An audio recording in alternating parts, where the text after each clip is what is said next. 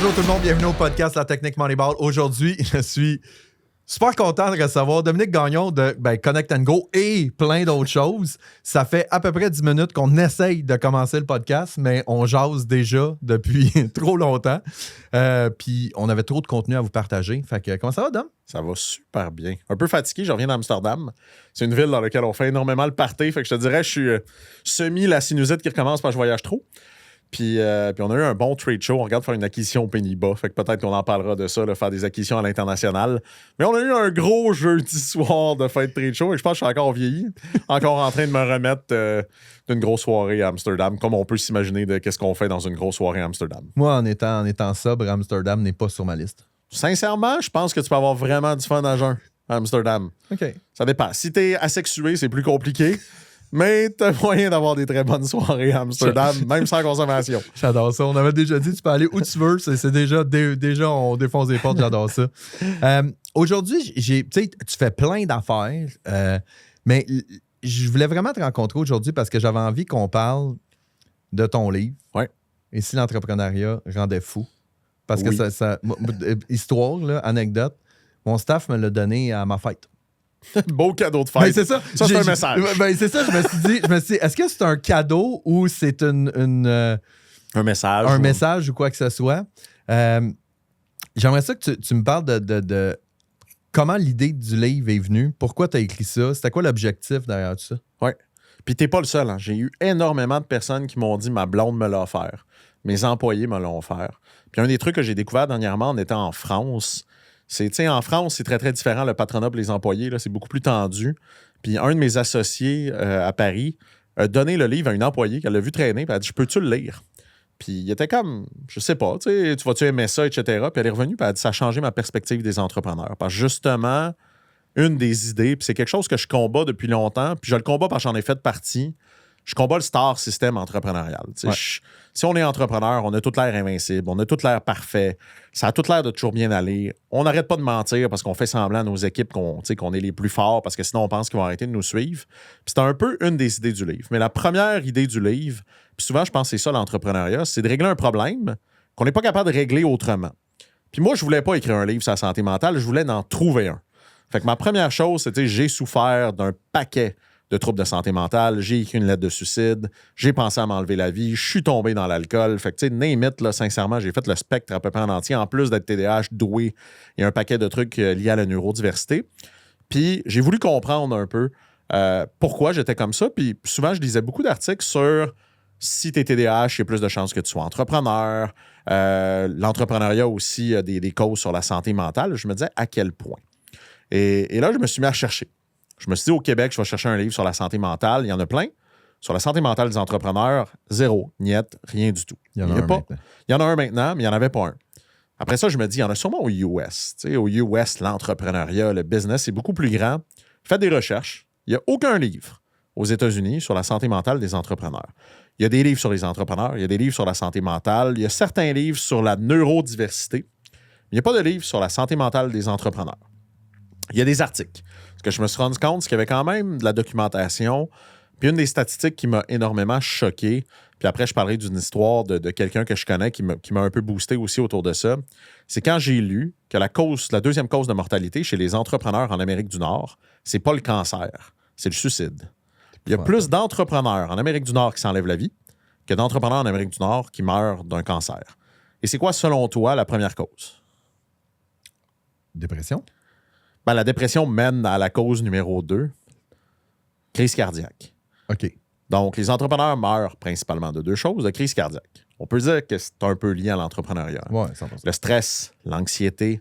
Et la deuxième cause, c'est le suicide. La troisième, c'est le cancer. Mais c'est quand même fou parce que quand je parle aux gens autour de moi, il n'y a personne qui me dit « Oui, je connais un entrepreneur qui s'est enlevé la vie. » Moi, j'en connais 4 dans la dernière année.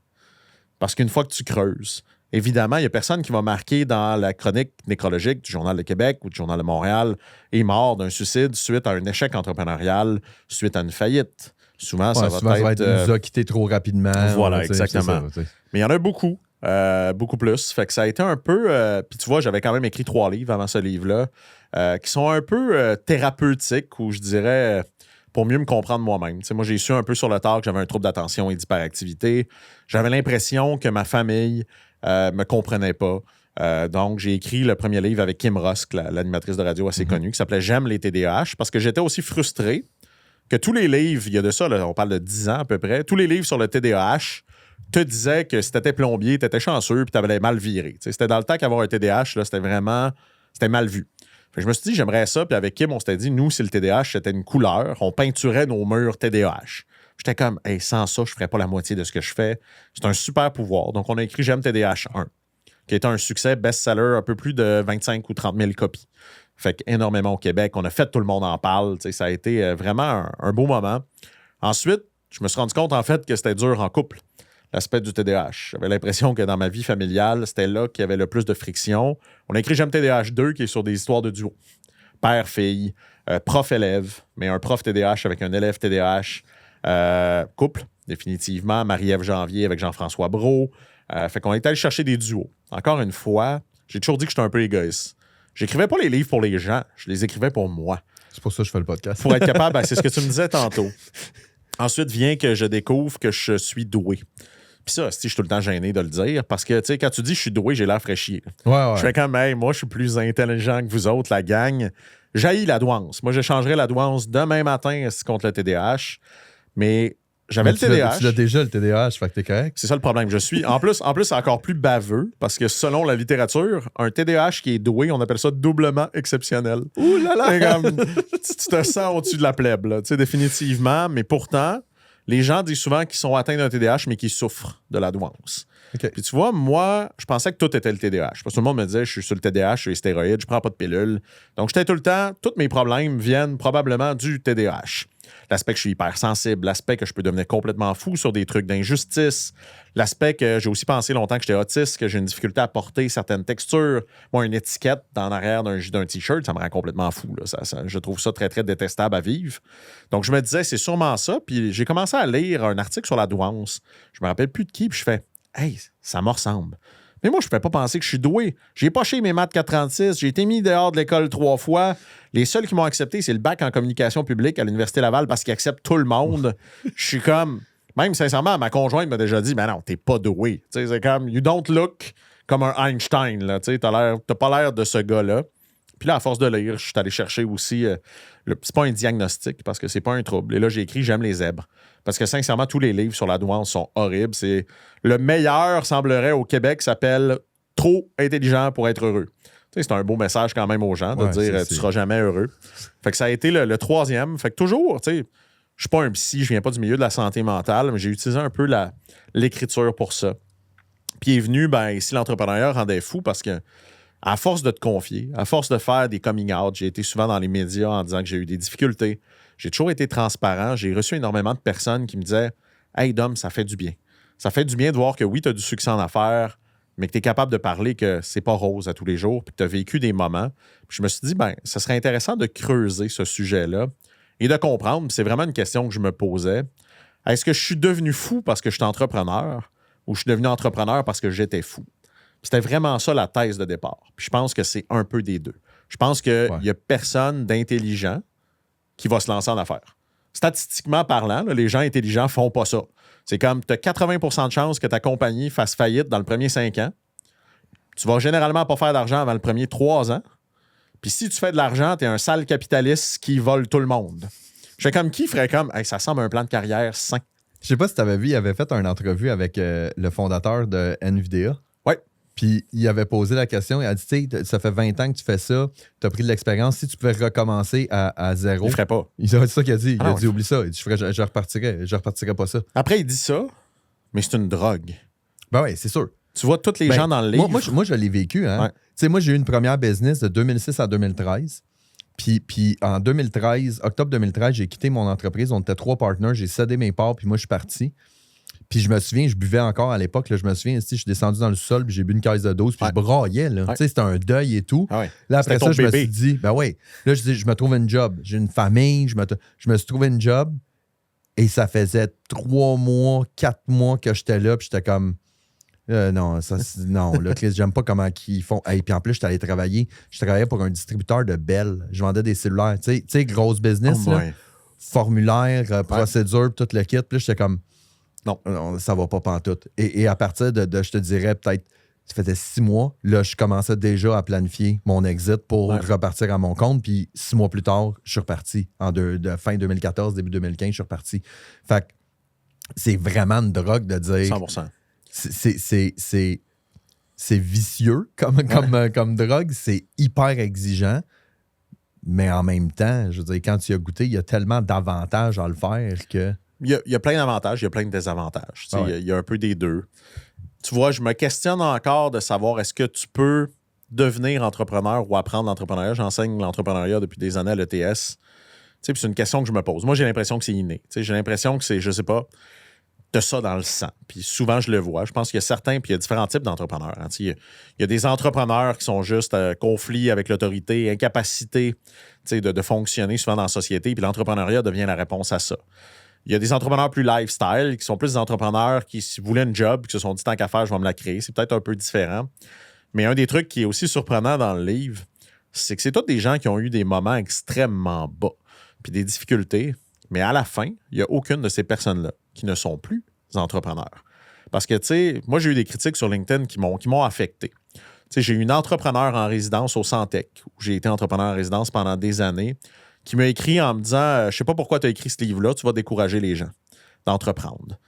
Puis moi, j'ai répondu OK, ce que tu veux, c'est que les gens sautent en parachute sans savoir, grosso modo, qu'est-ce qui les attend.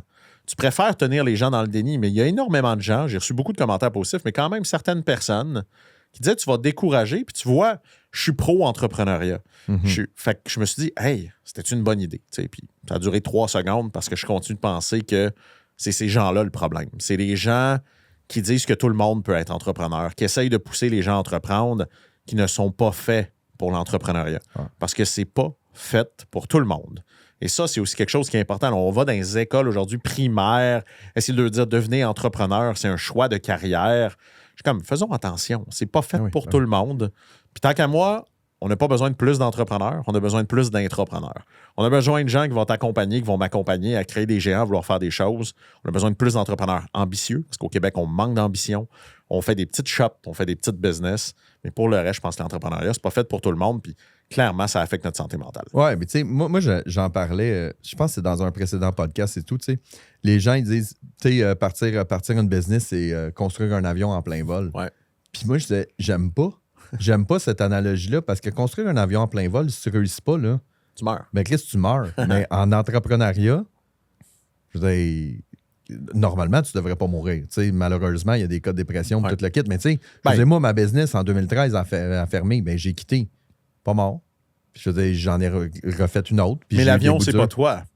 L'avion, c'est l'entreprise. Fait que la réalité, ça reste. Tu vois, je suis semi-d'accord. Je déteste pas, moi, cette image-là. Parce que souvent, l'entrepreneur, il y a très peu d'entrepreneurs qui sont ce qu'on appelle des professionnels. T'sais, souvent, un entrepreneur, là, c'est un autodidacte. Ouais. Fait qu'il y a quand même un côté d'à peu près tout ce que j'ai fait. J'ai commencé à le faire sans vraiment savoir comment. Quand les gens me disent comment tu fais pour lancer une entreprise? Tu fais-tu un plan d'affaires? Je dis, faire un plan d'affaires, c'est planifier tout ce qui arrivera jamais. Il y a quand même un côté de se lancer dans le vide. Puis la première chose quand quelqu'un me dit, je fais quoi pour me lancer en affaires? Je dis, tu commences. Ouais. Tu te lances, puis souvent, va vendre quelque chose. Vendre. Parce que souvent, ils font, j'ai pas de bonne idée. Personne n'a pensé qu'ouvrir un dépanneur, c'était une bonne idée. Chris Alain Bouchard est dans le Financial Times, voulait acheter comme la plus grosse chaîne de dépanneurs au Japon. Il est en train d'acheter 7-Eleven. C'est ça, au Japon, je pense, là, qui sont en tout cas, il me semble que c'est japonais, puis ils ont été protégés justement par le gouvernement. Mais ce gars-là, il n'y a personne qui a fait hey, il y a une bonne idée, je vais acheter des dépanneurs. Ouais. Ben, c'est pas l'idée qui compte, c'est l'exécution. C'est de se lancer. Mais après, c'est de savoir dans quoi on se lance. Puis ça, c'est un petit peu l'idée du livre, de dire aux gens, faites attention. Tu parles de consommation d'alcool, dans lequel tu es tombé dans la bouteille. Je suis tombé aussi sur une courte période dans la bouteille, mais je sais que j'ai des comportements addictifs. Ce qui veut dire, je blague, j'ai fait ce coming out-là à ma mère il y a quelques semaines. Elle me dit, t'as-tu déjà essayé la cocaïne? Puis je fais comme, oui, 2 fois. Puis elle fait, c'est pas si pire. Je dis, ouais, mais ça a duré 7 jours, les 2 fois, puis ça a coûté 5 000. Parce qu'évidemment, tant qu'en enfer, on va y aller en ligne. C'est la drogue parfaite pour bien des entrepreneurs. Mais quand j'ai lu l'histoire de Marie-Christine Tyson, alcoolique, que tu as sûrement lu dans le livre, puis tu as peut-être. Tu sais, MC est devenue alcoolique, non pas durant sa carrière. Elle est devenue alcoolique quand elle est devenue riche. Tu sais, quand elle a vendu Tyson, qui est devenue multimillionnaire, mais qui a perdu son identité. Parce que l'entreprise, c'est nous. Puis après, quand j'ai commencé à faire des recherches puis dire que je pense qu'on a 4 fois plus de chances de devenir alcoolique si on est entrepreneur que la population normale, ça fait donc bien du sens. Hier, j'avais un souper chez Lionel à Brossard pour les affaires.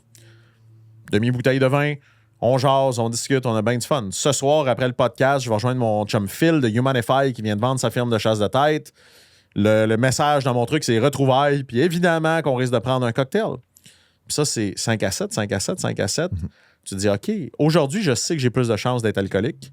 J'essaie de m'assurer que ma consommation d'alcool est beaucoup plus raisonnable. J'ai diminué d'à peu près 75 % parce qu'un entrepreneur aussi qui est intelligent va lire le livre puis va dire, hey, ça fait du sens. J'ai plus de chances d'être alcoolique que la population normale, donc je dois être plus à l'affût. Je dois faire plus attention que la population normale. Puis moi, je pense que ce livre-là, c'était ça le message qu'il voulait passer de transparence. Moi tu as vu, moi, c'est drôle parce que j'ai eu une. C'était pas tant les 5 à 7. Oui, il y avait les 5 à 7, il y avait les événements et tout le kit. Moi, ce que j'ai réalisé, c'est quand j'avais lu l'article de David McMillan de Joe Beef, qui disait qu'il avait arrêté de boire parce que c'était ce qu'il appelait un alcoolique à haut rendement.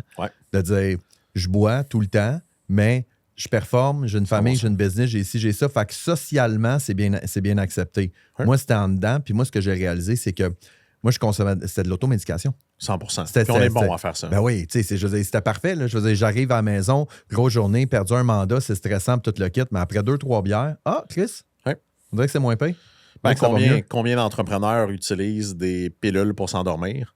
Anxiété, pas capable de dormir, se réveillent avec du vivance sans nécessairement avoir de TDAH ou vont se réveiller avec de la cocaïne. On ne se cachera pas, c'est très répandu dans le monde des affaires.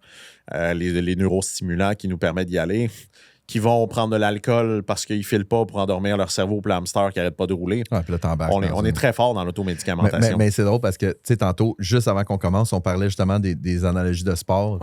Moi, j'avais écrit un article de blog sur l'entrepreneur et l'athlète, même combat. 100%. Puis c'est tellement un profil d'athlète de dire, tu sais, il faut que je me couche le soir, je prends des somnifères, le matin, je me lève, je vais prendre de la drogue pour me réveiller, puis là, t'embarques dans un cercle vicieux qui finit juste plus. 100%.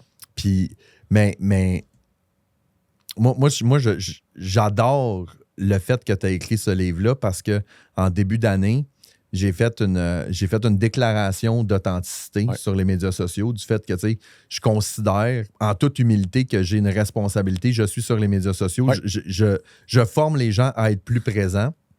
Puis, j'ai fait un peu de montée de lait parce que j'étais comme, on peut-tu dire du vrai? C'est pas juste montrer du beau, mais montrer du vrai.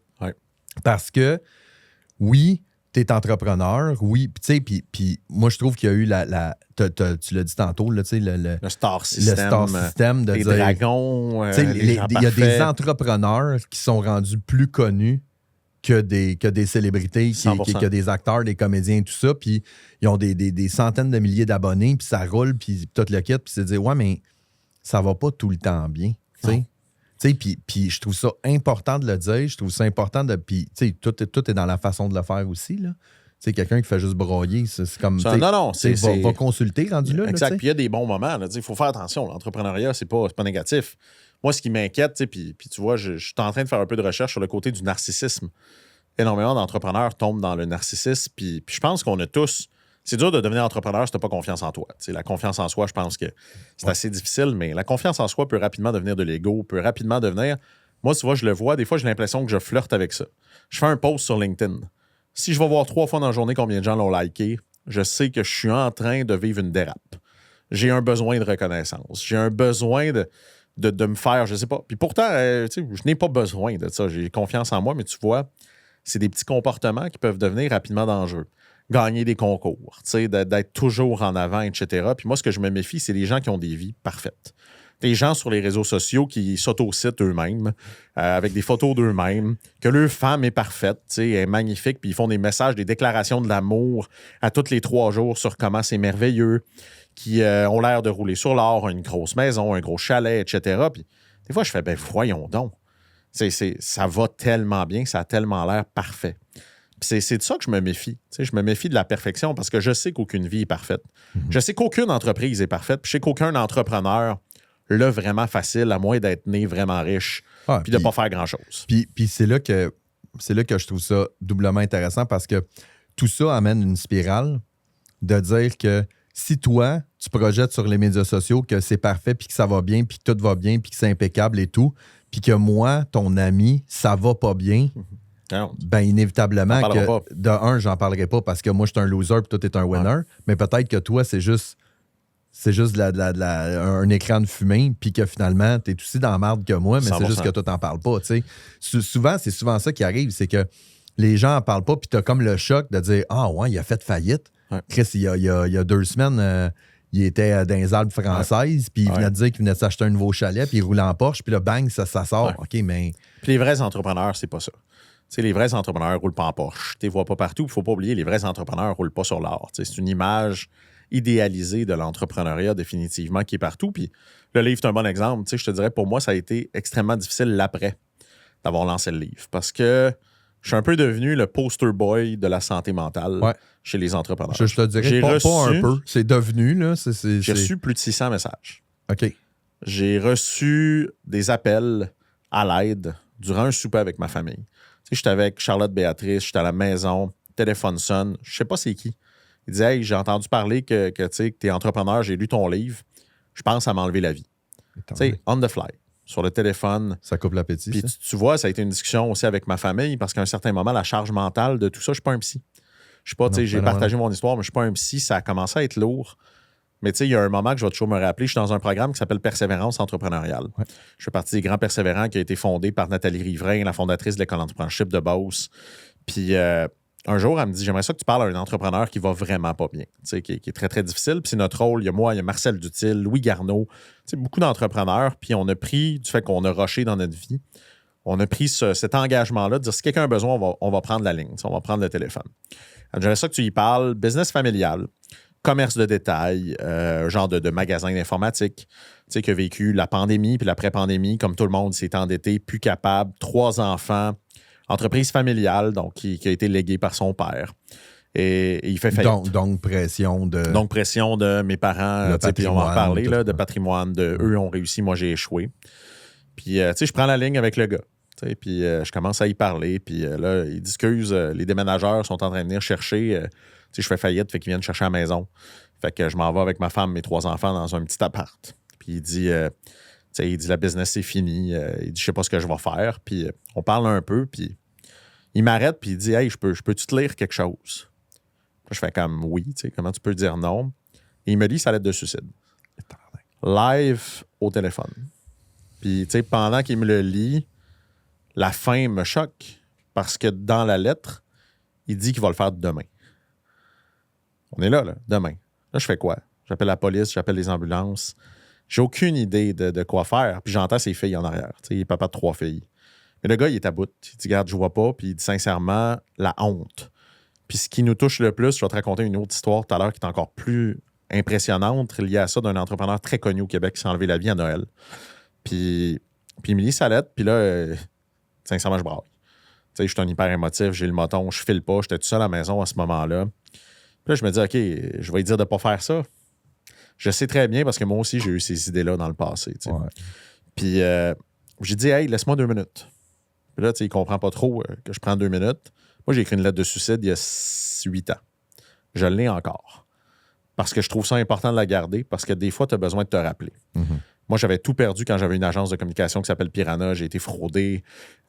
J'ai fait faillite personnelle. Donc, j'ai fait proposition consommateur, saisie de mes biens, passé de héros à zéro. J'ai passé de l'entrepreneur Desjardins au compte spéciaux chez Desjardins. Fait que, tu sais, j'ai vécu le haut et bas très, très rapidement. Puis à ce moment-là, je me disais que la solution, c'était de m'enlever la vie. Et cette lettre-là, en fait, je l'ai lue au même gars. J'ai dit, je vais te lire la mienne. Puis là, il fait le saut. Puis je lis ma lettre, puis ma lettre dit pas mal tout ce qu'il dit. Tu sais, ma lettre dit, je suis vraiment, vraiment désolé de l'échec que j'ai fait. Je m'occupais pas de mes affaires. Je pense que vous allez être débarrassés parce que clairement, dans les prochains mois, ça va être horrible. Au minimum, là, les huissiers, etc., ils pourront pas, ils pourront rien faire. Je suis plus là. Puis évidemment, je suis là aujourd'hui. Hein, j'ai pas passé à l'acte. Et là, j'ai dit, regarde, je peux-tu te FaceTime? Parce qu'on se parle au téléphone. Là, je fais un FaceTime avec. J'ai dit, j'ai écrit ça il n'y a pas si longtemps, 7 à 8 ans. Je dis, regarde ma vie aujourd'hui. Je dis, j'ai la maison en montagne à Mont-Saint-Hilaire. Je fais le tour de la maison. Je monte une photo de Charlotte Béatrice. J'y parle de mon entreprise aujourd'hui qui va dépasser le 10 millions de chiffre d'affaires, qui vaut plus de 50 millions de dollars. Et ça faisait juste 2 ans que j'étais sorti de ma proposition. Tu sais, moi, c'est assez récent. Là. Ça a été 5 ans à payer. Ça fait 2 ans. Puis j'ai dit, si tu veux le faire, tu peux le faire. Tu sais, je suis pas là pour te dire quoi faire, quoi pas faire. Ce que je te dis, c'est que moi, j'étais exactement où t'es.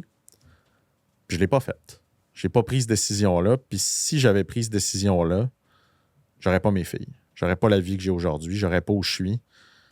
Puis j'ai besoin de m'en rappeler parce que j'ai repensé à m'enlever la vie durant la pandémie. T'sais. Puis j'ai dit, garde, encore une fois, je ne l'ai pas faite. Mais cette lettre-là fait qu'il a déchiré la sienne. Wow. Sur le FaceTime. Puis on se parle à chaque semaine. Depuis ce temps-là, il s'est trouvé une job. Il a besoin, j'ai dit, garde, buddy, là, prends un step down. Tu as besoin de prendre, comme tu as dit, prendre soin de ta famille. Ouais. Va trouver une job. Mais le gars, là, il n'avait pas réalisé à quel point c'est une machine. Il y avait une belle business qui roulait bien, etc. Il y a eu un cocktail Molotov de la pandémie. Puis là, j'ai dit, hey, t'es un fucking bon vendeur. En plus, t'as des compétences techniques, mais lui, il était sûr. Il n'a jamais rien fait d'autre qu'être entrepreneur. Fait que lui, il est sûr qu'il est bon à rien. Quand j'ai commencé, tu sais, comme entrepreneur, des fois, on oublie le marché. Il se payait dans sa propre business, je pense, 72 000 par année. Je fais comme, buddy, je pense que je t'embaucherais chez Connect & Go pour 120, 130 avec les compétences que tu as aujourd'hui. Puis comme, hey, si je pouvais gagner ça, ça changerait mon day-to-day. Je fais comme, tu vaux ça. C'est pas parce que tu as échoué dans ton entreprise. Puis une des choses que Nathalie a dit. C'est la circonstance dans laquelle tu es ne te définit pas en tant qu'être humain. C'est ce que Nathalie a dit. L'échec de votre entreprise, c'est pas votre échec. Ouais, 100%. Vous n'êtes pas votre entreprise. C'est pas votre échec. Ça vous définit pas. Des fois, on en est responsable. J'avais un podcast hier, comme je te disais, avec Judith Fetzer de Cookit, qui a vendu l'entreprise pour 2 millions avec 22 millions de dettes. Il y a une partie qui est de sa faute. Il y a une partie qu'elle n'a pas pris les bonnes décisions, qu'elle n'a pas gérées. Mais t'en as une minute, là. Elle est passée d'une croissance de 30 millions à 60 millions en 6 mois avec la pandémie à une sortie de pandémie où plus personne veut du prêt-à-manger. Elle a construit une usine ben trop grosse parce que tout le monde il disait que tout ça allait continuer. Puis l'inflation, puis tout ça, là, c'est pas facile. Ouais, c'est facile. C'est facile de juger, nous autres, de notre bord, mais tu sais, d'arriver et de dire, tu sais, elle est tout seul, c'est elle, au final, qui est. Puis c'est un peu ça aussi, que le star system, ça, c'est le désavantage de. C'est de dire, tu vas être sur le spotlight tout le temps. Faut que tu la journée que ça chie, si ça va tomber dans ta face. Mais tu sais, je trouve ça super le fun parce que ce que tu dis, je trouve pas ça super le fun, là, c'est super dark, là, ce que tu dis, mais c'est rempli d'espoir en même temps. Moi, quand j'ai quitté ma première entreprise, moi j'étais une sous-marde, là. Ouais. J'étais une sous-marde. Puis je sais même pas si j'ai déjà compté, là. Moi, je le faisais en cachette. Moi, j'étais avec la mère de mes enfants, puis la business allait pas bien, mais je le disais pas. Ah, mais ça, c'est... Puis sais-tu comment qu'elle a appris que j'étais dans la merde? Mon fils, il avait un compte épargne avec 500$ dedans. J'avais pris le 500 parce qu'il me manquait de l'argent, puis elle a reçu l'état de compte, puis là, elle l'a ouvert, puis tout, puis elle a regardé, puis elle a dit, Chris, il est où l'argent, tu sais? Puis là, elle m'a challengé, puis c'est là que j'ai dit, Chris, la business, ça va pas. Puis là, j'ai décidé de quitter. Mais moi, j'étais tout seul dans le business. Mes 2 partners, c'était des exécutants. Moi, j'étais le vendeur. Puis j'étais comme tout seul. J'étais le propriétaire, le poster boy, si tu veux, puis tout. Puis moi, j'étais comme, je suis pas un bon vendeur, je suis pas capable de vendre. Puis après ça, je m'en vais travailler. Là, tu vois comment t'es bon. Hein? J'ai travaillé 10 mois dans une compagnie. J'ai fini 5e meilleur vendeur sur 15 en 10 mois. Eux autres, il y avait un anneau complet. J'ai gagné recrue de l'année, meilleur vendeur petite entreprise. J'étais comme, ben voyons donc, je suis tombé une estime machine. Parce que là, je pouvais me comparer à d'autres mondes. Ouais. Puis j'ai reçu mon T4, 42 000. En fait, non. Non, il y a quelque chose qui ne marche pas dans l'histoire. Puis là, je ne parle pas de ça en 1993. C'était en 2015. Ouais. Et là, ça m'a redonné la confiance de dire, OK, j'ai une valeur, je repars. Puis tu as raison de dire que quand il y a des bouts rough, parce que tu es quand même tout le temps tout seul au sommet, ben, tu te rappelles à ça. Puis tu dis, regarde, je peux leur repartir le cycle, là, tout lâcher, puis me trouver une job. Mais je sais que dans 1 an, je vais être là, puis je vais dire, hey, je suis une machine. Puis il y a aussi la sagesse de l'expérience qui va avec tout ça. Mais je trouve ça fort intéressant. Puis un des points que tu amènes que je trouve intéressant, quand tu as dit je l'ai caché. Ouais. Tu sais, moi, je l'ai caché énormément. La lecture de Si l'entrepreneuriat rendait fou, ma femme ne le savait rien. Mes parents ne savaient rien. Ça a été un gros coming out. Ma femme était en sacrement. Fâchée. Puis je dis, pourquoi t'es fâché? Puis elle dit, je lis ça, c'est comme si t'avais pas confiance en moi. Parce qu'elle dit, grosso modo, là, tu me cachais. Moi, là, durant la pandémie, là, parce que j'ai eu un autre down, on a perdu 98% de nos revenus. Ouais. Je suis tombé un peu dans l'alcool à ce moment-là. Puis encore une fois, là, j'étais dans J'ai déjà fait faillite. J'ai eu honte une fois. Je m'en suis tiré. Je me suis relancé avec Connect & Go. J'ai recommencé à avoir du succès. Puis vous allez m'enlever ça. Parce que pour moi, c'était impossible de survivre. Pour les auditeurs, c'est que Connect & Go, c'était... On faisait des bracelets, on faisait de l'événement à l'international. À l'international, qui a tout fermé à COVID. 98 98% des revenus. La plus belle année de notre vie. On avait gagné les Jeux olympiques, le Super Bowl, la PGA, Bonnaroo. On faisait le festival d'été Osheaga, la F1. J'ai acheté une entreprise 6 mois avant la pandémie, 1,7 million de dollars, notre première acquisition. Je l'ai revendu 75 000 à son propriétaire 6 mois après. On avait reçu un premier investissement de 5 millions de dollars à peu près un an avant la pandémie. On l'a brûlé en entier, juste, il fallait survivre. Tout a disparu. Puis tu vois, à ce moment-là, je pensais pas qu'il y avait une possibilité qu'on survive à ça, que l'entreprise passe à travers ça. Puis quand tu fais une faillite personnelle, il y a deux choses. Quand tu fais une faillite d'entreprise, mais que tu réussis à pas faire une faillite perso, c'est dur, mais c'est pas si pire. Une faillite personnelle, c'est la honte pendant 5 à 7 ans. Parce que pendant 5 à 7 ans, sur chaque formulaire, chaque fois que tu vas demander un prêt, une carte de crédit, une hypothèque, tu dois répondre oui à la question « Avez-vous déjà fait faillite? » Et quand tu la coches, tu te rends compte que ça ne donnait rien de remplir le calice de formulaire. Parce qu'ils vont te dire non de toute façon. Ouais. On m'a refusé, j'avais Connect & Go, là, ça valait déjà à peu près 15 à 20 millions. Refus de 3 hypothèques, je ne suis pas capable de m'acheter une maison, sauf si je paye cash. Ouais. Puis ça, c'est un impact aussi sur la famille. Là. Parce horrible. que c'est ta faillite, mais ça a un impact sur la conjointe qui dit Chris, moi, j'ai un bon crédit, toi, t'en as un crédit de marde. Puis 100%. Puis ça, c'était pas logique parce que la réalité, ma maison à la montagne, je l'ai payé cash. J'avais suffisamment de cash pour acheter une maison cash dans mon compte, mais on m'a quand même refusé l'hypothèque. Ouais. À ce moment-là, beaucoup d'illogique, mais la honte. Mais là, durant la pandémie, je me dis, cette fois-là, je m'en tirais pas. Puis tu vois, là, je suis parti dans un délire de fraude à l'assurance-vie. Je devrais pas en parler, là, parce que, tu sais, les compagnies d'assurance vont sûrement me blacklister un moment donné, dire que j'ai pensé à ça. Mais là, j'étais comme, OK, comment je fais pour sauver ma famille? Chez Connect & Go, j'ai une assurance-vie de, je pense, 5 ou 10 millions de dollars. Très, très élevé. Parce que si je meurs, il y a un risque pour la business, etc. Puis là, je me dis, la meilleure façon de sauver ma famille... Tu sais, à ce moment-là, je me dis pas la meilleure façon de sauver ma famille, c'est d'être là pour ma famille. C'est d'être là pour voir mes filles grandir, c'est d'être là pour en prendre soin. La meilleure façon de sauver ma famille, c'est de leur donner du cash. C'est qu'ils n'aient plus besoin de penser à ça. Donc là, j'étais parti à me dire, je vais prendre mon char puis je vais m'endormir au volant. Personne ne va s'en rendre compte. Tu sais, je vais faire semblant, je viens du Lac-Saint-Jean, je vais aller dans le parc des Laurentides. Le scénario était tout attaché. Là. Je vais aller dans le parc des Laurentides, je sais qu'il y a un bon croche dans lequel il n'y a pas de... Il n'y a rien sur le côté, puis on va débouler. On va se rendre à la fin. On va se détacher juste avant pour être sûr. Puis... Ouais, parce que tu veux pas finir quadriplégique à ce moment-là, mais c'est fou, man. J'ai pensé à ça. J'ai pensé, tu sais. Je m'en veux. Puis ça, tu l'as écrit dans le livre? J'ai écrit dans le livre que... Puis ta femme était pas au courant. J'ai pas écrit le truc d'assurance, parce que je veux pas être blacklisté trop rapidement. Mais j'ai écrit, en fait, comment je me suis senti. J'ai écrit que j'étais seul, mais tu sais, ce qui l'a fâché elle... C'est, elle dit, quand t'arrivais le soir à la maison, j'étais tout le temps comme, elle disait, comment ça va? T'sais, ça doit pas filer. Voyons, chérie, j'ai pas le temps de pas filer, là, j'ai une business à relever. Elle dit, t'avais l'air sur un high. T'avais l'air de bien aller. Je disais la même chose à mes parents, c'était comme, pas les moyens d'échouer cette fois-là, checkez-moi bien aller. J'y croyais pas, je mentais tout le temps. Pourquoi? Pour les protéger. Parce que, tu sais, moi, ma femme, elle me dit, ouais, mais Dom, pourquoi tu m'en as pas parlé? Je dis, OK, je sais. Si je te parlais qu'il y avait des risques qu'on reperde tout une deuxième fois, là, tu allais commencer à stresser. Puis là, tu allais commencer à me poser des questions toutes les 15 minutes sur comment je vais. Puis là, ça allait commencer à m'énerver que tu me demandes tout le temps comment je vais quand je vais pas bien. Fait que j'ai dit, j'aimais mieux le vivre tout seul. Seul au sommet. Par contre, puis je l'ai dit au lancement du livre, mon équipe de direction m'ont sauvé la vie. Sur 2 choses.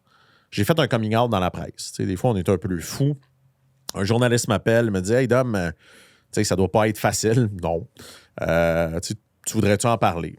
J'ai comme vomi mon truc, là. Tu sais, je fais comme, comment te sortir de la merde? Dis à un journaliste que t'es tombé dans la boisson, que ta femme t'a retrouvé sur le plancher parce que t'as bu trop de scotch, puis que tu sais pas comment tu vas réussir à survivre à cette pandémie-là. Puis il met ça à la une de la presse. C'est une très bonne idée. Fait que je me rappelle. Hollywood PQ. Pendant que j'essaye de convaincre mon investisseur principal de remettre 2 millions dans la compagnie, qui est un mania des médias et qui possède pas la presse. Drôle d'idée. Très, très drôle d'idée, sincèrement. Là. Puis je me rappelle, je fais l'entrevue, ça me fait du bien. 24 heures après, je texte le journaliste, sors pas ça. c'est sûr que, tu sais, puis il va pas remettre l'argent. 2, tu sais, ça va alerter tout le monde. Puis le journaliste me dit, tu sais, Dom, il dit, si tu veux pas que je le sorte, je sortirai pas. Je pense que ça ferait du bien à bien du monde. Je fais, fuck off. Tu sais, je suis rendu au stade, fuck off. Puis suite à cet article-là, plein de gens de l'équipe de direction de Connect & Go m'appellent, disent, hey, Dom, on savait pas que ça filait pas. Parce que justement, je le cachais à eux autres aussi. Puis il n'est pas question qu'on laisse tomber. Si toi, tu as besoin de te relever, prends du temps pour toi, fais-nous juste confiance. On va la remonter à business. Puis on va le faire ensemble. Pour la première fois, je n'étais pas seul. Je n'étais pas seul au sommet. Puis pour la première fois, c'était pas eux autres les faibles, si on peut le dire comme ça. Puis je dis pas que j'étais faible, mais moi, j'étais au plancher. Mais eux autres, ils étaient encore debout. Puis tous ces gens-là sont aujourd'hui actionnaires de l'entreprise. Mais ils m'ont sauvé la vie sans s'en rendre compte. Parce que j'ai décidé d'en parler publiquement. Parce que j'ai décidé d'être transparent. J'ai eu de l'aide. Puis ils sont partis en fou. On a redéveloppé une nouvelle plateforme dans le monde des attractions. On a reparti la business de zéro. On a fermé l'événementiel. On a pris des décisions audacieuses. Puis aujourd'hui, l'entreprise est 3 fois plus grande qu'elle était. Fouette. Plus solide. On pense dépasser le 100 millions de dollars de valorisation d'ici la fin de l'année. Faut pas oublier, là, en 2020, je pense qu'on a eu 100 000 $ de revenus. On est reparti à zéro. Mais moi, ça m'a fait rire parce que je parlais avec Vince en début avant le podcast. Je disais, Dom, il a perdu 98 % de ses revenus. Puis Vince, il y a toujours des questions bien particulières. Il me dit, c'était quoi le 2 %? C'est quoi le 2 % qui restait? C'est des dépôts qu'on n'a pas remboursés. Parce qu'eux autres aussi étaient morts. Okay. Fait que la réalité, c'est réellement ça. Le seul revenu qui restait, c'est des dépôts. J'étais comme, tu sais, il y a une couple de clients qui nous ont appelés et disaient, hey, je t'avais donné 20 000 de dépôt, je peux-tu le revoir? Fuck no! C'est comme, j'en ai plus d'argent. Fait que à certains moments, fait que c'était que ça. Il y avait plus aucun revenu. Puis en plus, c'était le supplice de la goutte d'eau. Parce que, tu sais, au début de la pandémie, là, c'était un virus chinois. Au début, c'était ça. Ouais. C'est mal de dire ça. Là. Je sais que ça a l'air un peu raciste, mais ça reste que c'était tout ce qu'on pensait. On disait ça va rester en Chine. Moi, mon problème, c'est que les bracelets étaient faits en Chine. Puis j'étais comme, faut que je trouve des suppliers en Inde. Dans l'espace que je trouve le supplier en Inde, c'est rendu en Inde, c'est rendu partout. Puis là, ça arrive très, très rapidement. Puis, tu sais, ça a été annulation de, je sais pas, la PGA, je pense, le premier. 2 semaines après, le Super Bowl. Mais c'était la goutte d'eau. La F1, je pense qu'il a été annulé comme 3 mois plus tard parce qu'il était comme non, ça va réouvrir. Fait que ça n'a pas été d'un coup. C'était la goutte d'eau. À toutes les semaines, on se faisait dire ah non, désolé, on annule. Désolé, on va plus de l'avant. Puis on n'avait plus aucune idée de ça allait durer combien de temps, cette histoire-là. Ça a duré 2 ans, pratiquement 1 an et demi là, sur lequel la business ne revenait pas. Je veux dire, ça a duré 2 ans, puis je pense qu'on est encore sur des spasmes de. Là. Mon VP Sales, on vient d'Amsterdam à la COVID, est à l'hôpital hier. On vit encore, mais. Non, mais on ne tombera pas dans un débat, mais, mais je parle on vit avec aujourd'hui. Je parle pas nécessairement du virus, mais tu sais, il y a bien des entreprises. 100%. Il y a bien des entreprises qui ont roulé pendant la COVID. Tu sais, on parlait de Cookit, justement. Là, je veux dire, après ça, tu Merci vis le à François Legault et Justin Trudeau d'avoir distribué des chèques et endetté tout le monde. T'sais, encore une fois, moi j'adore Trudeau, encore une fois, là, on va tomber dans le politique, mais qui fait bonne nouvelle, on va permettre aux gens de s'endetter pendant 30 ans sur les hypothèques et payer beaucoup plus d'intérêts, comme si c'était la solution. Quand au Québec, on est le dernier pays de l'OCDE en termes de productivité. Le dernier. Moi, je peux pas croire que les Français sont comme 6 positions avant nous autres quand je vais là-bas. Qui ont 12 semaines de vacances. 12 semaines de vacances, qui prennent une pause cigarette à toutes les 30 minutes entre 2 cafés. Et comme ces gens-là sont plus productifs que nous, nous autres, on fait comme non, il n'y a pas de problème. T'sais, définitivement, moi, je suis inquiet là, pour ici. Puis je suis inquiet pour la santé mentale des entrepreneurs. Puis je suis inquiet pour les politiciens qui ont l'air de s'en contre-calisser. Parce que c'est comme là, en plus, ils nous ont appelés les super riches là, parce qu'on chialait sur l'aspect qu'ils voulaient nous enlever notre gain en capital. Mais c'est comme on revient dans une guerre de les entrepreneurs, c'est tous des gens qui ont du succès. C'est pas le cas. Le vrai entrepreneur, là, il gagne moins que ses salariés, il travaille fort, il y a de la passion, de l'ambition. C'est pas des Dominique. La réalité, je sais. Aujourd'hui, j'ai une entreprise de multimillions qui fait des trucs en intensif. Je suis pas un vrai entrepreneur. Je suis pas l'image traditionnelle d'un entrepreneur québécois. J'ai le privilège d'avoir monté quelque chose de grand, mais je suis aussi sans arrêt en train de tout remettre à risque puis tout ça. Oui, mais tu sais, moi, j'en parle ouvertement. Tu sais, on est allé chercher une franchise des Fucked Up Night. Ouais. D'ailleurs, j'aimerais ça que tu viennes 100%. Éventuellement. Je pense que j'en fais un pour le MT Lab dans 2 semaines. Il me semble que c'est un Fucked Up Night, justement, où je vais parler d'échecs. Moi, j'y vais le 4 décembre. Okay. Je m'en vais à celui de Montréal donner. Puis la conférence que j'ai donnée, c'était quand même quelque chose parce que c'était dans le coin ici. C'est tout du monde que je connais. Ouais. Puis, tu sais, j'y vais vulnérable, puis fois 1000, tu sais. Puis, tu sais, j'explique au monde, je suis comme, Chris, l'année passée, là, ma business a fait 1 million de chiffre d'affaires. J'ai fini à moins 22 000. Ah oui. Ça veut dire qu'il y a 1 million qui a passé dans mes mains, que j'ai pas touché, puis à la fin, fouillé dans mes poches, sorti 22. Et l'histoire que je dis pas là-dedans, c'est que moi, je me payais avec ma compagnie de formation. Ouais. Fait que sur le 1 million, j'ai même pas de salaire. C'est moins 22 que j'ai sorti. Fait que, mais là, je veux dire, puis je me plains pas, là. C'est le risque que j'ai pris, puis tout le kit. 100%. Fait que oui, j'ai un peu de misère à partir du moment où est-ce que, à moins 22 000, le monde dit, ouais, mais avec le talent que t'as, puis le potentiel que t'as, va te trouver, te trouver une vraie job. Ouais. Ouais, mais Chris, quand ma business, ça roule 1 an ou 2, là, puis que je fais des 300, des 400, des 500, puis des 600 000, Chris, je l'ai mérité, là. Ben oui. Tu sais, viens pas m'imposer ici sur mon gain 100%. en capital et tout, parce que... Ouais, mais faut être imposé. Moi, j'aime la redite. ouais, J'ai toujours dit... mais j'ai pas de problème à payer de l'impôt. Il faut faire de la richesse, tu sais, puis ça, c'est un des trucs que le gouvernement oublie. C'est, tu sais, puis je me rappelle plus c'est quoi une histoire là-dessus, justement, sur des bières, là, c'est peut-être déjà lu, tu sais, qu'à la fin, mais tu sais, moi, j'ai toujours dit, pour distribuer la richesse, il faut créer de la richesse. C'est la base. Le problème, c'est de dire, OK, il faut pousser les gens à créer de la richesse. Moi, je suis très à l'aise de donner, tu vois, 80% de ce que j'ai, ça a l'air d'un gros communard, je donne pas ça à mes enfants. Moi. Dans mon testament aujourd'hui, je donne presque tout à des fondations. Moi, ce que je veux donner à mes enfants, c'est la hargne de vouloir se lancer en affaires. C'est les valeurs. C'est le travail. C'est pas de les rendre riches quand je vais partir. Et tu vois, de ce côté-là, moi, je suis à l'aise d'être imposé si on fait quelque chose d'intelligent avec mes impôts, si on les utilise d'une bonne manière ou si ça sert à quelque chose. Là, je vais être à l'aise. Évidemment, je pense que comme entrepreneur, on a tous un malaise dans les dernières années de voir à quel point notre argent est dilapidé et à quel point on se fait taper dessus pendant que notre santé mentale va mal, pendant qu'on rush, pendant que le gouvernement nous a endettés. Puis après ça, qui nous tape dessus, moi, je pense que les entrepreneurs ont besoin d'un break. Je suis d'accord qu'il faut qu'ils repayent le prêt à un certain moment, mais je pense que les entrepreneurs ont besoin d'un break. Je suis 100% d'accord avec ce que tu viens de dire. Il y a quelque chose que tu as dit qui m'a tilté, puis tu as dit, tu veux donner à tes enfants la hargne de l'entrepreneur, d'être entrepreneur. Est-ce que c'est quelque chose que tu veux vraiment, que tes enfants soient entrepreneurs? Parce que moi, j'ai 2 gars. Puis au début, j'étais dans cette dynamique-là que j'aimerais ça que mes enfants soient entrepreneurs. Mais tu l'as dit tantôt, est-ce que tu nais entrepreneur ou tu le deviens? Puis tu sais, avec l'expérience, mes gars, ils ont 18-13. Mon plus vieux, il n'a pas le profil. Ouais. Mon plus jeune, Chris, il me fait arrêter sur le bord de la route parce qu'il voit un aquarium à donner. Puis comme d'après moi, je peux vendre ça 50$ sur Marketplace. Là. Ouais. Tu sais, fait toi, est-ce que c'est... Je te dirais, je veux que tu sais, comme tout père, je veux qu'ils soient heureuses. 100%. Ce que je veux pas, c'est qu'ils deviennent des golden spoons. Tu sais, j'ai vu énormément d'amis avec des parents fortunés qui basaient leur futur sur l'héritage. Je considère que l'héritage ne se doit pas d'être financier.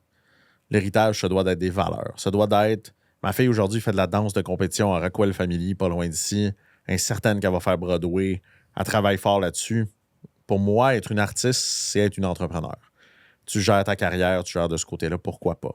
Béatrice, aujourd'hui, elle a 7 ans. Elle dit qu'elle veut être professeure. Je suis comme, c'est merveilleux, mais je vais la pousser à dire pourquoi pas faire une école pour les gens différents? Pourquoi? Parce qu'elle a une sensibilité aujourd'hui à l'inclusion, à sentir justement de dire elle déteste l'injustice comme moi. J'ai toujours dit que j'aimerais ouvrir une école. Ça fait partie des projets que j'aimerais après Connect & Go ouvrir une école où ça vient un peu de Mercredi Adam. Ma fille écoutait Mercredi Adams, puis elle adore, puis il y a un moment, c'est un petit peu, tu sais, quand tu vas dans l'école, t'as les loups-garous, les vampires, etc. Tu sais, ma fille m'a dit, pourquoi ça n'existe pas une école comme ça où juste les gens différents sont acceptés?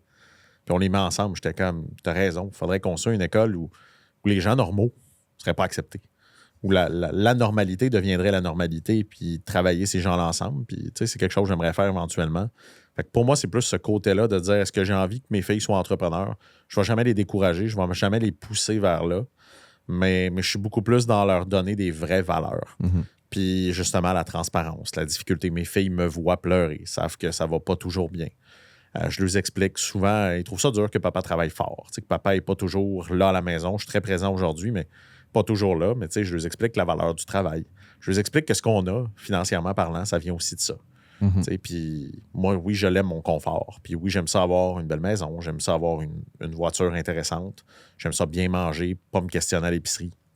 Ben, c'est aussi un privilège pour moi d'être entrepreneur. Puis je pense pas que je l'ai volé à personne, mais je pense quand même que c'est un privilège. Aujourd'hui, que les gens me fassent confiance, que des investisseurs aient mis des millions de dollars dans mes idées, que les gens me suivent. Il y a quand même une partie, oui, de leadership, mais il y a aussi une partie de dire, tu sais, puis il y a d'être au bon moment, au bon endroit. Fait que, tu sais, moi, j'ai beaucoup de reconnaissance pour où je suis quand même, ce que j'avais pas avant. Ouais, quand tu parlais de la ligne du narcissisme et tout ça, C'était horrible. C'est pour ça que mon échec a été, tu sais, l'échec de Piranha a été la meilleure chose de ma vie. Ouais. Pourtant, je suis tombé bas, tu sais, etc., mais meilleure chose parce que ça m'a appris énormément la valeur des gens. J'ai presque plus d'amis entrepreneurs.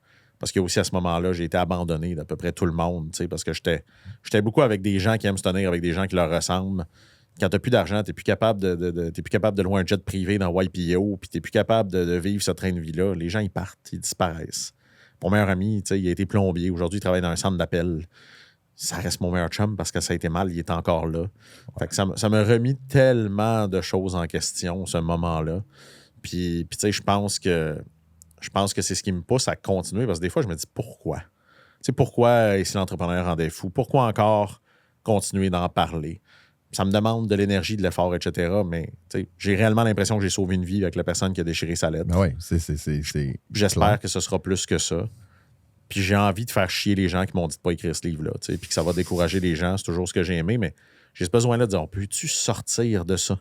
On peut-tu en parler de plus en plus de la santé mentale? Puis avoir le nombre de livres qui ont été distribués dans des incubateurs, dans des accélérateurs. Je me dis, OK, on commence déjà quand même à progresser à l'intérieur de ça, puis en parler de plus en plus. Puis, puis ça reste un sujet, justement, que je pense qu'on est au début de l'effleurer. Je t'avais dit que je te raconterais une autre histoire qui m'a assez choqué. Il y a un entrepreneur très, très connu au Québec que je nommerai pas pour sa famille, mais qui est un entrepreneur dans le monde de la construction. Un haut niveau, puis une de ses meilleures amies, la personne qui fait la préface du livre, c'est Isabelle Hudon, présidente de la BDC. Cette personne-là, une de ses meilleures amies, c'est Isabelle Hudon, présidente de la BDC. Il ne se tient pas avec n'importe qui. Puis son entreprise a mal viré durant la pandémie, comme bien des entreprises. Il n'allait pas super bien. Puis il s'est enlevé la vie le jour de Noël. Le jour de Noël. Mais ce qu'on a rendu compte, puis ça, c'était quand même un autre truc que j'ai découvert, j'ai parlé avec un psychologue de Harvard, puis j'ai demandé pourquoi les entrepreneurs se suicident plus que la population normale. Il m'a dit, Dominique, c'est quoi un entrepreneur? L'entrepreneur, c'est quelqu'un qui mène ses projets à terme. T'as-tu vu, ça a été un coup de 2x4 d'en face. Je te confirme que c'est puis là, j'ai fait, OK, puis cette personne-là, j'ai parlé à son fils. Son fils est entrepreneur. Ses deux fils sont entrepreneurs. Famille successful entrepreneur au Québec. C'est un gars que vous avez vu dans des podcasts. Vous avez vu un peu partout. Puis je parle à son fils parce qu'il a lu le livre et dit, j'aimerais ça te parler. T'sais, dans le deuil, processus, etc. Puis, tu sais, il dit, Dom, il dit, mon père a fait un plan d'affaires en s'enlevant la vie. Pendant 4 mois, il savait que c'était la finalité. Il a fait la faillite. Il s'est assuré que tout était propre. Il a cleané la business. Il a cleané les dettes. Tout. Il s'est enlevé la vie. Puis 2 jours après, ils ont reçu une vidéo, une lettre, je me rappelle plus, qui expliquait que c'était la honte. Parce que c'était aussi un fils de... Son père avait une entreprise qui n'était pas l'entreprise à lui, mais son père avait eu du succès en affaires. Pression familiale. Ses fils étaient entrepreneurs. L'entrepreneuriat l'a tué. Mais tu sais, Isabelle Hudon a dit quelque chose justement, puis ça a fâché beaucoup de gens dans la salle, mais je l'ai compris venant d'elle. Elle a parlé de cette histoire-là au lancement du livre. Puis elle a dit, je ne sais pas si c'était un geste courageux ou c'était un geste de... Elle a dit, est-ce que c'était du courage ou de la stupidité ou du désespoir? Tu sais, je ne sais pas. Puis c'est mal comprendre la maladie mentale, c'est rien des deux. C'est juste que ce gars-là, il pensait que ça allait faire du bien à tout le monde de s'en aller. Il était convaincu. Il semblait très serein, malgré que ça reste de la folie de se rendre là. Ouais, 100%. Puis imaginez que c'est le jour de Noël, ses enfants sont entrepreneurs. Son fils, justement, a pris un step back de sa propre business en disant, regarde, j'ai besoin de sortir de là, mais des histoires comme ça, il y en a plus qu'on pense. Puis, ben, on n'en parle pas. T'sais, je le nommerai pas justement parce que je pense pas que sa famille sera à l'aise aujourd'hui de savoir que ça a été la fin. Mais tu sais, on a besoin de coming out. Puis, tu sais, moi, je remercie aussi tous les gens qui ont participé au livre. Moi, j'en ai beaucoup qui ont choqué, puis je comprends. Il y en a beaucoup qui ont lu leur histoire puis qui ont dit, hey, je peux pas croire que des gens vont lire ça. Caroline, je ne sais pas si tu as lu l'histoire de Caroline qui avait les restaurants à Québec, 2 tentatives de suicide ou 3. Non. Tu as lu le livre? Je l'ai lu en partie. Okay. Je ne l'ai pas fini encore. Première histoire, Caro. Personne exceptionnelle, avait les restaurants Spaghettini à Québec. Encore entreprise familiale. Elle était en train de vendre l'entreprise. La pandémie est arrivée. Transaction avortée. Reprend le restaurant, etc. Elle a fait 3 tentatives de suicide. Puis elle a dit, la première... Elle a dit, je l'ai faite, on m'a retrouvé en psychiatrie, machin. J'ai promis à mon père et à mon mari que je ne le referais jamais. pense 6 semaines après, 2e tentative de suicide. Tu sais, puis tu lis ces histoires-là, puis c'était son coming out, personne ne le savait. Sauf sa famille proche. Puis quand il est venu au lancement du livre, elle tremblait. Puis j'étais comme, t'es-tu prête? T'es-tu à l'aise? Puis même ça m'avait dit non, désolé, le livre était imprimé fortement. Aujourd'hui, elle a écrit son propre livre, elle en parle, elle est devenue conférencière, c'est une artiste assez reconnue au Québec. C'est un bon exemple. Je pense à JP, qui habite justement probablement que tu connais, de ton équipier. Ouais. Je suis allé prendre un café avec il n'y a pas si longtemps. Ouais. Il habite pas loin de la maison, on a découvert ça, à 2 minutes de la maison. Puis il m'appelle, il dit Dame, je t'ai entendu parler d'une entrevue de radio, puis tu parles de mon histoire, mais c'est parce que je n'ai pas encore parlé à mes parents. Puis il dit, regarde, il dit, moi, je pense que sa sœur ou son frère a des problèmes. Tu sais, un enfant a problème, puis lui, il a toujours été l'enfant parfait. Ingénieur, succès, marié, un médecin. Il dit, mes parents sont certains que je suis parfait, puis là, ils vont lire le livre en disant que je suis tombé dans POF. Pourtant, sa femme est médecin. Il dit, je consomme pour me calmer, je fais de l'anxiété de performance. Puis il a dit, OK, à ce soir, il faut que je prenne mon char, mais on va voir mes parents. Parce que le livre, il sort, puis il ne pourrait plus me cacher. Belle discussion qu'il y a eu avec son père et sa mère. Puis ça amène ça, puis j'espère que le livre va amener ça. Puis je suis content que ton équipe l'ait donné. Puis un des signaux aussi que je lance de plus en plus, c'est méfiez-vous.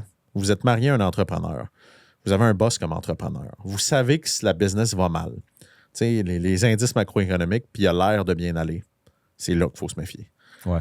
C'est quand il y a l'air de bien aller. C'est quand il y a l'air de dire non, inquiétez-vous pas, ça va. À ce moment-là, essayez de creuser. Essayez de tendre la main. Essayez. Ils vont souvent pas la prendre au début parce qu'on est orgueilleux, on a de l'ego. Moi, j'ai dit, je me méfie des gens qui vont bien quand ça va mal. Parce que la business, c'est le centre de notre univers quand on est entrepreneur, malheureusement. Puis c'est pas vrai que quelqu'un peut aller bien quand sa business va bien. Moi, j'y crois pas. Puis c'est peut-être là qu'il faut avoir les warnings puis s'assurer que ces personnes-là vont pas passer à l'acte parce que ça peut arriver plus vite qu'on pense. Ça a tellement été une discussion enrichissante d'hommes. Puis moi, ce que ça me fait réaliser, c'est que j'ai bien des défauts, mais ce défaut-là, je ne l'ai pas. Moi, dans tout le processus que ma business allait pas bien, pas ma première. Ouais. Ma première, je l'ai vécue. Comme tu disais avec Piranha, c'est ça, Piranha? Ouais. Tu l'as mangé en plein dans la gueule. Ma deuxième business, on a eu un 18 mois que c'était difficile. Tout le monde était au courant. Là. Puis je faisais pas à semblant que ça allait bien. Puis je me mettais pas un masque et disais non, guys, c'est tough, c'est rough, on va travailler fort, puis on va s'en sortir, puis tout le kit. Mais au moins, j'étais transparent. Puis tu sais. Ça paye. Les gens ont peur de ça. Hein. Quand tu parles à d'autres entrepreneurs, puis tu parles de transparence, le nombre de personnes qui me disent, ben voyons, tu peux pas dire à tes employés qu'il n'y aura plus de cash. Ah ben oui, 100%. Ça crée un sentiment d'instabilité, puis des fois, ça crée un peu un sentiment d'urgence qu'il faut que on sorte de notre zone de confort. Puis moi, je l'avais réalisé dans des activités de réseautage. J'allais dans des activités de réseautage, pour ne pas nommer, je m'en vais à une activité d'alliance entrepreneur. Ouais. Puis là, tu rencontres des entrepreneurs, puis là, ils sont comme, comment ça va? Ça va bien, ça roule, puis tout le kit, puis ça va, puis là, ça jase, puis là, ça arrive à moi, puis c'est tough. Ouais. C'est vraiment tough. Et là, en un claquement de doigts, la discussion change complètement. Ouais, c'est vrai que les contre... Et là, tout le monde commence, c'est bizarre, là, on refait un tour de table, puis c'est de la crise de merde pour tout le monde, tu sais. Ouais. Mais cette vulnérabilité, puis c'est ça que tu as dit tantôt avec ta gang de direction, c'est la vulnérabilité 100%. Amène la vulnérabilité. Fait que si je pense qu'il y a un message du livre, c'est si ça va pas bien, parlez-en. Ben, puis demandez de l'aide. Demander de l'aide, c'est facile à dire comme ça. Quand on est là-dedans, c'est dur de demander de l'aide, mais tendez la main, appelez Persévérance entrepreneuriale, parlez à quelqu'un, écrivez-moi, même si j'en ai reçu 600 messages, je réponds à 100%. J'en ai encore un aujourd'hui. Quelqu'un qui m'écrit, tu donnes une conférence prochainement, je fais comme non, elle dit, mon neveu de 49 ans est restaurateur et il va vraiment pas bien. Je suis comme dit de m'appeler. On va prendre le téléphone. Puis moi, le message que j'ai lancé souvent avec le livre, tu le fais. J'espère. Moi, ce que j'ai envie, c'est de ne plus être tout seul à mener le combat. J'ai encore l'impression qu'il n'y en a pas beaucoup. De gens qui ont. J'ai dit à tous les gens, puis tu vois, je n'ai vu peu. Un moment donné, je faisais à l'AQT. 300 dirigeants, l'AQT a donné mon livre à tout le monde. J'ai dit, la seule chose que je peux vous demander, aujourd'hui, faites un post LinkedIn en disant aux gens d'acheter le livre, mais surtout, parce que tout l'argent, by the way, va à Persévérance entrepreneuriale, mais surtout, faites juste dire à la fin, si tu vas pas bien, appelle-moi. Si 300 personnes font ça, c'est 300 personnes qui tendent la main, qui vont ramener 300 personnes, c'est de faire un mouvement où ça va devenir naturel de demander de l'aide, d'en parler, de demander conseil, etc. Puis moi, c'est ce que je veux parce que j'ai encore l'impression que je suis assez seul à parler de santé mentale. Quand je dis seul, on le fait aujourd'hui sur le podcast. Ça commence à parler plus, mais le star system est tellement installé qu'il va être difficile à briser. C'est ça. Puis on a besoin de gens connus un petit peu plus qui vont être prêts à dire « Hey, by the way, ça va pas bien. » J'ai lu le blog de Nick Duvernois qui a quand même dit « Je ferme bocal », qui a dû faire ce coming out-là de dire « La plus grosse transaction des Dragons finit en faillite. » Il va fermer ça. Fait que, encore une fois, mais je l'ai texté. T'as des Nicolas Duvernois, t'as des Étienne Boulay, t'as des... tantôt, tu parlais de Louis Garneau, c'est une popée de débarque qui a pogné, lui, dans... Mais tu vois, Nick, je l'aime beaucoup, mais quand je l'ai texté, je disais « Hey, Nick, j'ai lu le blog, j'espère que ça va, je suis là. » Ah, ben, tu sais, une chance qu'on a d'autres verticaux puis d'autres produits. T'sais, encore une difficulté, je trouve, à percer cette carapace-là. Je pense pas qu'il va super bien. T'sais, il vient de laisser une business qu'il a acheté dans lequel il croyait dans le sans alcool, etc. Mais tu sais, je le comprends, c'est une image. Mais va-tu la briser, cette image-là, je l'espère. Comment t'as résumé? Comment que le scientifique de Harvard, le prof d'Harvard a dit, c'est quoi la définition d'un entrepreneur? Oh, c'est quelqu'un qui met ses projets à terme. 100%. Fait qu'inévitablement, lorsqu'une entreprise fait faillite, on a un sentiment d'échec parce qu'on n'a pas amené à terme. C'est définitivement. Il n'y a pas un entrepreneur qui se sent bien dans ce processus-là. Il y a des gens qui font des faillites payantes. Moi, j'appelle pas ça des entrepreneurs, c'est des fraudeurs. Les vrais entrepreneurs qui perdent tout, là, je peux vous garantir qu'ils sont pas bien. Je peux vous garantir que de faire perdre des jobs, il n'y a personne qui souhaite ça. Et là, on est arrivé à terme du podcast. OK. Je voulais l'essayer, mais c'était pas super. C'était un jeu de mots douteux. Très douteux. Je vais prendre une gorgée. Non, mais on est arrivé au bout, Dom. Hey, merci tellement. C'est sincèrement, puis je veux dire, sans offense pour tous les autres invités qu'on a eus, là. C'est mon coup de cœur de podcast de la Ça a dernière passé année. vite. Sincèrement, j'ai l'impression que ça fait 10 minutes qu'on parle. Ça fait officiellement 1 heure qu'on est en train de Oh jaser. shit, quand même. Hein. Dom, merci beaucoup. Puis je pense que ce qu'on va faire, c'est... Ben, je pense pas. Ce qu'on va faire, c'est dans le podcast, quand on va le mettre en ligne, on va mettre... foliedentreprendre.ca. Ce qui est le fun, si les gens l'achètent là versus en librairie, c'est qu'ils l'achètent direct à moi et ça retourne 20 $ à Persévérance entrepreneuriale versus 3. Tu sais comment on est bien payé comme auteur. Ouais. Donc, ça, c'est un des avantages pour retourner parce que Persévérance entrepreneuriale, aujourd'hui, il y a 100 fois plus de demandes que de capacité de répondre. On va mettre les liens aussi. Donc, on va mettre les liens aussi si jamais des gens qui ont besoin. Tu sais, parce que tu pourrais écouter le podcast et dire, Chris, là, je mets un genou en terre puis j'ai besoin d'aide. Fait que n'hésitez pas, Persévérance entrepreneuriale. Merci, Dom, c'était du bonbon. Un gros merci. Yes, merci. Hey, tout le monde, c'était Marco et Dominique Gagnon pour la Technique Moneyball.